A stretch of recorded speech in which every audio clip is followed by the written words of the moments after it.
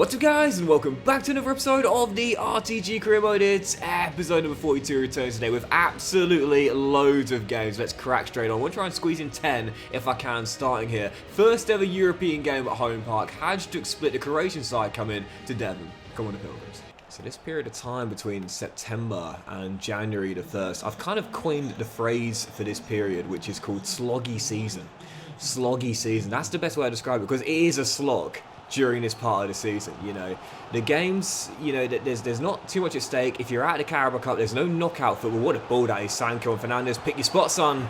Wonderful finish. So it's a real slog to get through this stage of the season. Tons of games to be played with not a great deal at stake at this stage of the season. I often say, if you're doing a career mode season, this is the part of the season you've got to get through that builds up to the big climax. And that'll do it. Very uneventful game, but I'll take the 3 points on match day 2. First win in Europe. In this season, our first ever European competition, I'm targeting winning the whole thing as well. I think we're good enough to collect the silverware. What a start it's been for Plymouth. No losses in our last 4 games in all competitions now following contest Sunday afternoon. Newcastle coming to Devon, a long trip from the northeast to the southwest, where a win will put us back in pole position by a single point. Come on the Pilgrims. Oh, by the way, a few episodes ago I was talking about the best football movie ever made, starring that man, Gavin Harris, called Goal, and I forgot to leave a link to it in the description. I found it. It is still available on YouTube, the whole film.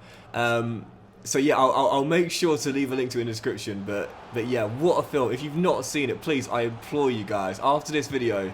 Oh, great save, Billy. Go watch it. I have seen a lot of football movies in my time. Obviously, I think it's the best one I've ever seen. Well, maybe just above When Saturday Comes. What a film. I think it's kind of hard to make sports movies without them coming off a little bit cringy, if you will, unless they're comedic, such as Mike Bassett, of course, and Mean Machine. What a film with Vinnie Jones. As Anthony Gordon goes through to open the scoring. But yeah, when Saturday Comes is a great film. If you've not seen that, I think it's set in the late 80s or maybe the early 90s in Sheffield in the Steel City. Great film. Really, really awesome film. And there's only one Jimmy Grimble as well. Also a really good film.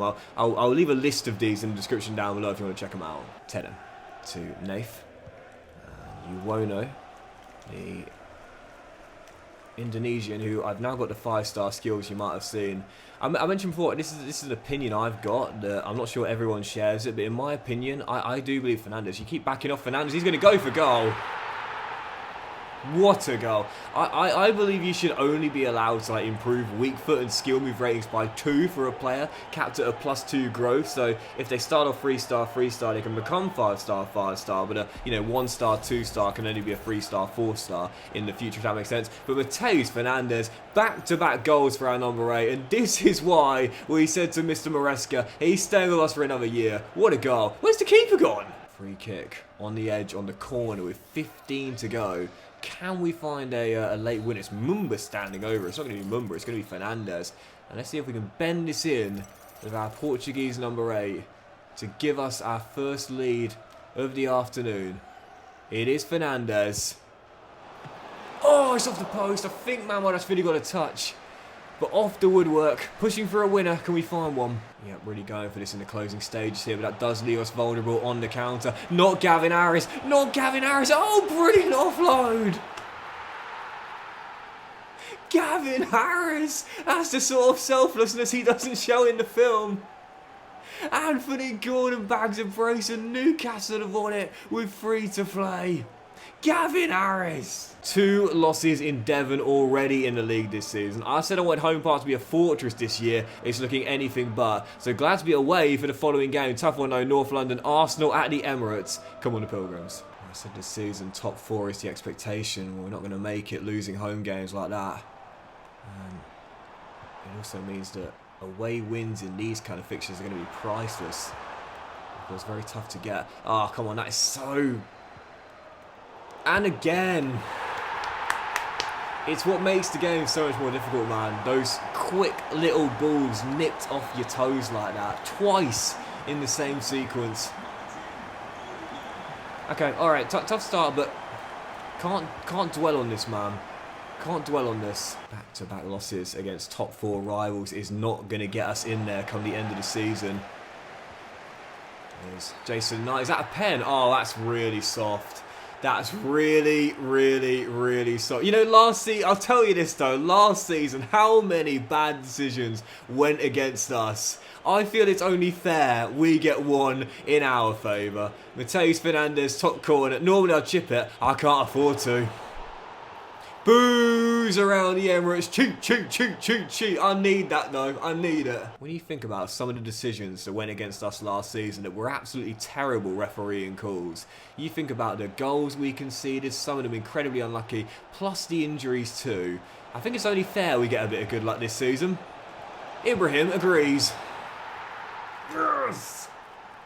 From a goal down to 2-1 up, and Kante back on the score sheet. For Kante.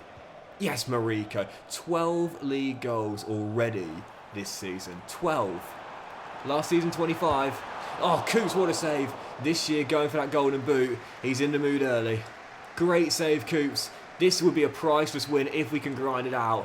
What a response to that late loss at home to Newcastle. Going to the Emirates and falling behind early. And yes, we got lucky with the penalty, but still battling back to claim the win. That's the third game already this season we've won from a trading position. You want to win silverware, you need resilience like that. Right, let's try and get a streak of wins going, shall we? Following game, Thursday night, back in Devon, Europa Conference League. The Turkish side, Istanbul Basaksehir on match day 3. Come on, the Pilgrims. This is quite an important game, this one as well, because after this we'll be at the official halfway stage in the league phase, as it's 6 league phase games, not the 8 you get in the Champions League and Europa League. So if we lose this, only 1 win in 3. Yeah, I mean, I said I want to win this competition. We'll be lucky to get out of the league phase if that's our record, but a win, and we'll be feeling very confident. Morg sent through. He's got Kante in the middle. It's brilliant work, and it's Jason for the for the opener, which he hit the post from. One in, look at that. That's a real David versus Goliath duel there, which David wins and keeps going as well. He doesn't just win the ball back for us, he starts the attack and moves forward with the ball. He's got Kante going right, he'll feed him through, and Ibrahim says, Jason, this is how you finish. 27 in, King Kante with the opener. I've had some amazing goal scorers in all my years playing career mode, obviously. I think that there's 3 that I've been the most confident with when going through one-on-one. My boy, Mbaye Niang. The shocker, Ivan Toney, probably the greatest of the lot. Roberto the Goal Machine Gutierrez in my Brentford career mode. And I think the King now is up there as one of my best ever finishers. I would love to see the stats on his one-on-one conversion rate, but I'd imagine it's very high. Left foot, right foot, every time he bears down on goal, there's not a single doubt in my mind it's going to hit the back of the net. Very rarely does he not. He's that... That's a pen. He's that clinical. He really is that clinical, and that's a definite pen. God, that's so rare. You very rarely see penalties given away by the AI. You've seen 2 in 2 games now. What an anomaly. And Mateo says, same corner, same result. Give us the win, that's going to do it. Plymouth with their 2nd in 3 in Europe. Staying in Devon, but now back to matters in the Premier League. Massive game on the weekend as well. Manchester City coming to Home Park in a big battle at the top of the table. Let's go for our first straight win in all competitions. Come on, Pilgrims. Mentioned a few times now how when you're doing an RTG, look at the space for Bar, and Kante's in the middle. 1-2 between the Togolese 2. Back to him. I love this duo so much. There's a moment in a save in an RTG where you realise you're no longer that little team anymore. You can take anyone. And I said this, we were becoming that team. And now I think we are that team. Pre-game, you heard me say, let's get the win. In previous seasons, it was, let's just try and get a point. No. Now, we're going for all 3 in every game. Now, don't get me wrong, this team is still technically a work in progress with some of the young talent we're desperate to develop quicker, like Nathan and Mariko. But when you think about some of the star quality here, Mumba, one of the best fullbacks in the league, Tedden and Taylor, what a CB duo, Fernandez threading it all together at CAM, and that man, the top scorer in the Premier League. Why wouldn't we think we can beat these teams consistently? We've got another big win, another big scalp, and Plymouth staying in the top 4. 5 games in, let's try and squeeze in 5 more. Following contest, David Moyes' Everton coming to Devon right now in the bottom 3, as we have gone back in pole position. To stay there, we've got to keep winning, so let's do so. Come on, the Pilgrims. I still can't get over how big Nathan Wood is. He's 6'1", which is a tall height anyway. Oh, we'll have that. It's a tall height, don't get me wrong, but he's not like ginormous in that sense. But it's the width of the guy. It's the width of him. Where is he? Get over here. Look at how wide he is compared to somebody else. He's absolutely huge. He's massive. Can't just be me that's seeing this, right? Like, you guys must be able to see it too. He's massive. Absolutely massive. Like, I mean, to show you the comparison, like, Kante is also 6'1". But Wood is... Oh, what a ball through. What a save, Cooks. Alright. But Wood is just, like, so physically bigger. Like, again, these two here, they are the same height, Kante and Wood. But Wood, just looks absolutely ginormous as he knocks it back. What a ball. Fernandez! Almost got the second. I'd like to get them side by side so I can put them together and show you what I mean. But then maybe I should concentrate on the game first, because we're only leading by 1. As Kante finds Ueno. I'll do it when we go 2-0 up. As Ueno slips a brilliant ball through. And there is Kante. And he's got Wood in the middle. Can he find him? Yes, he can. Kante, get over here, son. Get out. I want to compare the two of you. I want to compare both your sizes for science. As Nathan doubles up. He's so chonky. I can't describe it. As we know now, youth players can grow in the academy until they're 16 years old in terms of height, but I don't think their weight can change. And I'd quite like it if over time players can, like, you know, gain a few pounds of muscle if you, like, you know, focus on that in the development plan. Like I said before, the development plans from EA, it's a cool feature, and I do give them credit for it. It is a much needed, a much requested kind of feature they added in over the past few years, but it just could be so much better, more in depth and a little bit more lifelike too. As Kante pops in the third, and that is gonna do it. Get over here, Nathan. I'm not done comparing the size of your two bodies. Plymouth make it 3, and that is gonna do it. Yep, we're all about body positivity in Plymouth. Nathan Wood was on the books of Brighton, but they released him when they said he was too big for football and more suited to rugby. I said send him to my academy. I'm going to turn him into an elite number 6. Flawless performance from him and Plymouth as a whole. A big 3-0 win against the Toffees and 4 straight for the Pilgrims in all competitions. Want to stay top? Got to keep it rolling. Well, in the squad hub, I've just put Wood and Kante side by side. And to be fair, they look the same frame. Wood is the same height, but a few pounds lighter. But on the default camera angle, Nath just looks huge. I can't explain it. But anyway, it doesn't matter. Optical illusion, I'm sure. But what's not an illusion right now is Plymouth's confidence and form. Following game, the Irish side, Shamrock Rovers in Europe. Come on, the Pilgrims. I love taking on Irish sides in Europe. Don't ask me why, but I love taking on Irish sides in Europe. Shamrock Rovers so fun to face, in front early. Who else but Kante? Saki to Fernandez. Kante storming through the middle. Absolutely storming through. Chasing ahead of the pack. Okay, well that's not...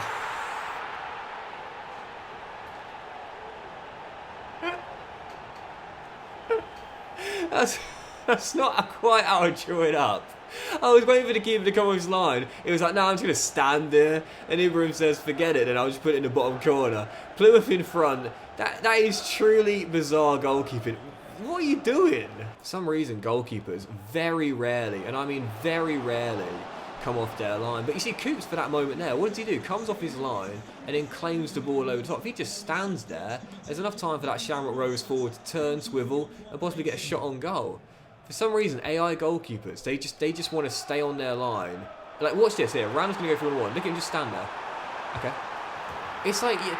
That needs a work from EA, because I don't know why they're like allergic to coming down to close down the forward on the 1-on-1. You taught that in junior football. You make yourself big, you make yourself imposing, but also mathematically it closes down the angle to squeeze the shot past you and into the back of the net. If you just stand there, the player has a much higher chance of scoring because he's closer to the goal and you haven't come out to meet him. It's just goalkeeping 101. Yep, something I hope EA will work on in time. We don't need to work on anything right now other than just staying consistent. Great little mini run of 5 wins on the trot. Let's make it 6 in all competitions here at West Ham. Come on, the Pilgrims. Well, gotta be honest, that was an awful game. Very little going on, and our winning run comes to an end at the capital. I swear, I never win away against West Ham, and they've ended our winless run. Let's do 2 more and try and get back on track. Yep, let's not let one bad performance ruin what has been a really good run. Only 1 loss in our last 11 in all competitions, I think, as we aim to get back to winning ways in this one here. Aston Villa in Devon. Come on, the Pilgrims. Yeah, try and squeeze 2 more games in today. Very tough ones as well. Aston Villa coming to Devon, and after this, Spurs away in North London. On the back of a poor goalless draw. Right, Plymouth, what are you made of? Because you're behind again, and as things stand, so for no wins in 2. If you want to be champions, you've got to get through these tough patches. Done it before, done it again. Done it before, done it again. There's Robert Barr on the turn. Finds Kante, holds it up. Fernandez, instant response. Instant response. We've done it before, we can do it again. You learn through evidence. Oh, no, David. Oh, what a strike. What a strike.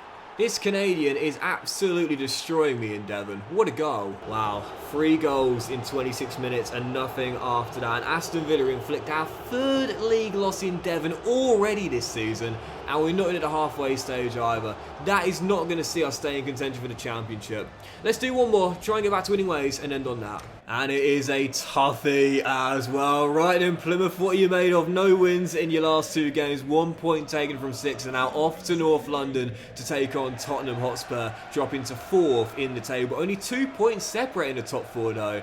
And again, most important thing for me is not pole position, just staying in the Champions League places. Big game here to end on though, Spurs away. Come on, the Pilgrims. 3rd game in 7 days as well. Got to make some changes for this one. No Tennant, no Fernandez. And possibly no wins in 3. Noah Okafor the opener. Plymouth, where have we seen this before? Flying out the blocks and then stumbling. Well, they say history has a habit of repeating itself. And it seems like it's doing it before our very eyes. Where have we seen this story before? Plymouth fly out of the blocks and then get brought right back down to earth. No wins in 3, 1 point taken from 9, and back-to-back losses. The Pilgrims aren't going to stay in the top 4 on this current form. But that'll do it for today's episode of the RTG Career, guys. Big thank you for watching. Hope you've enjoyed it. If you have done, please do drop a like. What's up to you all? Have a fantastic day. I will return in the next one, wrapping up the Conference League phase, hopefully getting back to winning ways and qualifying with a top 8 finish, and most importantly, before the January window opens, getting some more Premier League wins on the board, because Lord knows we need them. Have a great day, much love, and I'll see you for the next episode very soon.